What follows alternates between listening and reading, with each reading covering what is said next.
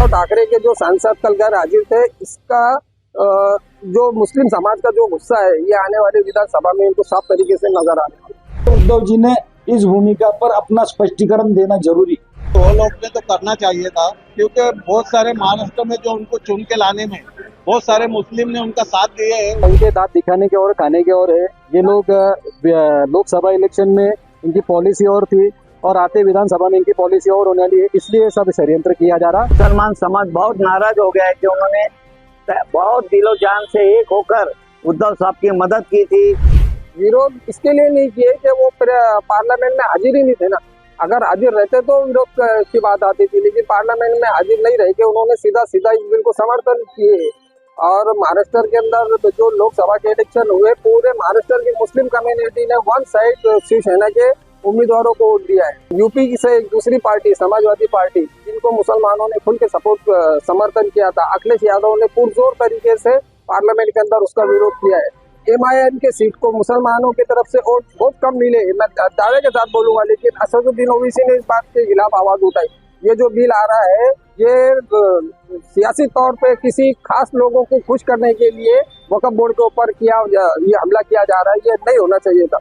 और उद्धव ठाकरे के जो सांसद कल गैर हाजिर थे, इसका जो मुस्लिम समाज का जो गुस्सा है, ये आने वाली विधानसभा में इनको साफ तरीके से नजर आ रहा है।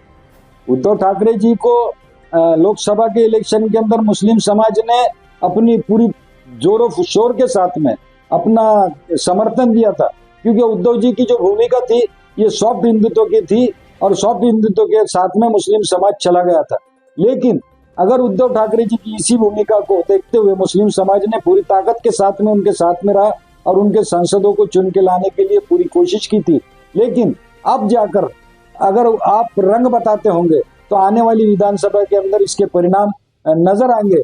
मैं शिवसेना उद्धव ठाकरे जी को ये निवेदन करता हूं कि उन्होंने जो उनके सांसद लोकसभा से गैर हाजिर रहे, उसके बारे में उन्होंने एक बार खुलासा करना चाहिए, ताकि मुस्लिम समाज के सामने उनकी भूमिका साफ हो जाए और आने वाले विधानसभा के इलेक्शन में मुस्लिम समाज उनके साथ रहना चाहिए या नहीं रहना चाहिए, इसके बारे में अपना निर्णय ले। वो लोग ने तो करना चाहिए था, क्योंकि बहुत सारे महाराष्ट्र में जो उनको चुन के लाने में बहुत सारे मुस्लिम ने उनका साथ दिए है। उनको वो लोगों ने तो करना चाहिए। मुझे पता था ये लोग इनके दांत दिखाने के और खाने के और है। ये लोग लोकसभा इलेक्शन में इनकी पॉलिसी और थी और आते विधानसभा में इनकी पॉलिसी और होने वाली है, इसलिए सब षड्यंत्र किया जा रहा। वो विरोध करेंगे ही, वो मुस्लिमों के फेवर में ना कभी थे और ना ही कभी रहने वाले। बहुत फर्क पड़ेगा, क्योंकि अभी जो समझदार मुसलमान है और जो समझदार दलित भाई है मेरे, वो कहीं ना कहीं समझ जाएंगे कि ये पार्टी सिर्फ और सिर्फ हिंदुत्व लॉबी ही चलाने वाली है आगे। इन्होंने पहले भी कई साल हिंदुत्व लॉबी चलाई है, लेकिन अभी सिर्फ पक्ष के दो टुकड़े होने की वजह से थोड़ा मुस्लिम फेवर और दलित फेवर ही खींचने की कोशिश कर रहे हैं। लेकिन समझदार लोग इनके बहकावे में ना आते हुए, जो समझदार रहेंगे वो प्रॉपर जो उनका सोचने और समझने वाली पार्टी है, उनको ही वोट करेंगे। महाराष्ट्र सरकार के अंदर जब उद्धव साहब CM थे तो मुसलमानों ने उनकी बहुत तारीफ की, और ये जो इलेक्शन हुआ है लोकसभा का, उसमें भी मुसलमानों ने महाराष्ट्र के अंदर बढ़ चढ़ के उद्धव साहब का समर्थन किया, उनको मदद किया। लेकिन उद्धव साहब ने संसद के अंदर उनके सांसदों ने इस बिल का विरोध नहीं किया, और ये विरोध ना करना ये मुसलमानों के खिलाफ की बात हो गई। तो इसका नतीजा उनके आने वाले विधानसभा के वोटों पे गिरेगा। मुसलमान समाज बहुत नाराज हो गया है कि उन्होंने बहुत दिलो जान से एक होकर उद्धव साहब की मदद की थी, महाविकास आघाड़ी की मदद की थी।